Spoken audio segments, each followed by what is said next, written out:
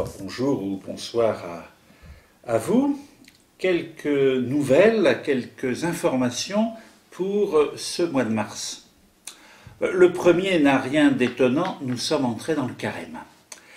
Et pour tous les diocèses du monde, l'un des événements majeurs de l'entrée en carême est le premier dimanche de carême, l'appel décisif des catéchumènes, c'est-à-dire ces adultes ou ces grands jeunes qui demandent, après un temps de préparation, de recevoir le baptême, la confirmation et l'Eucharistie durant la veillée pascale.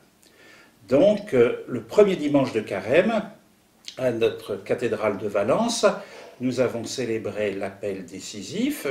J'ai donc appelé 16 adultes et 3 jeunes collégiens à entrer dans cette démarche ultime qui va les mener à leur baptême, confirmation Eucharistie, ce qu'on appelle les sacrements de l'initiation chrétienne pour la veillée pascale.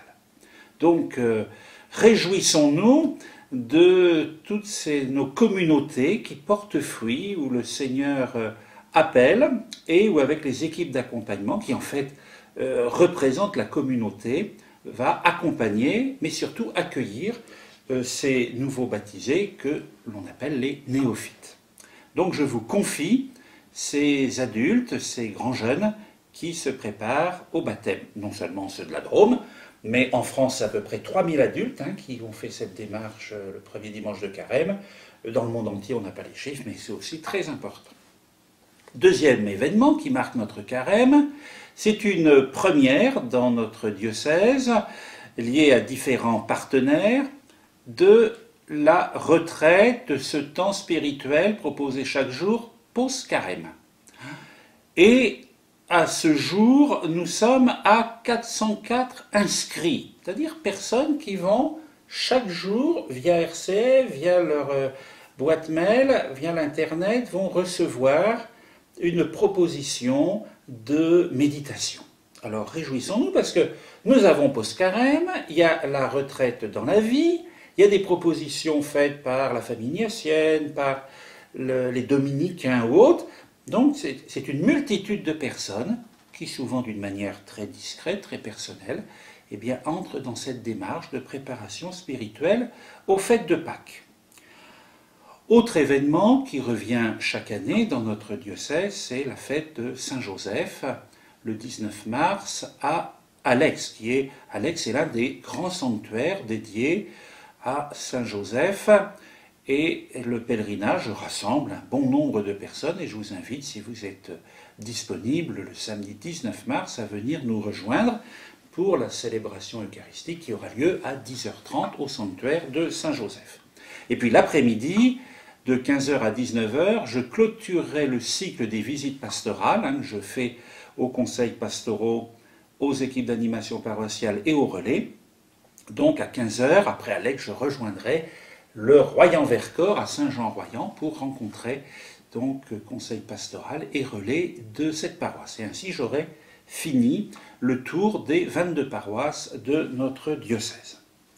27 mars, un autre moment important, dans le projet catéchétique diocésain que j'ai promulgué il y a 2 ans, bientôt, a été instituée la récollection pour les confirmants adultes.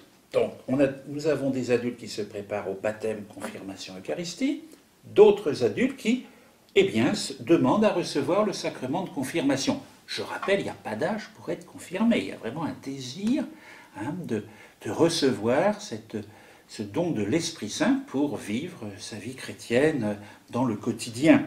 Donc, a été instituée la récollection.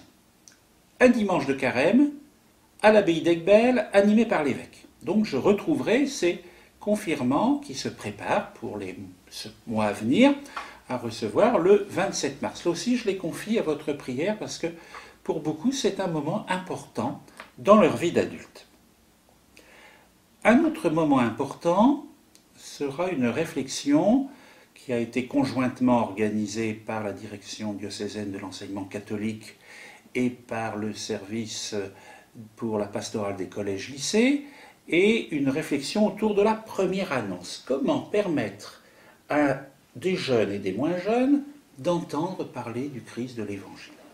Donc, à nouveau, ça sera la 2e journée, animée par le père André Faution, qui est un jésuite belge, ancien directeur de l'Institut supérieur de catéchèse de Bruxelles, m'a invité, qui nous aidera dans une réflexion. Et puis le lendemain, journée œcuménique, là aussi, moment important de réflexion, entre autres sur les questions de la communion et de l'Eucharistie.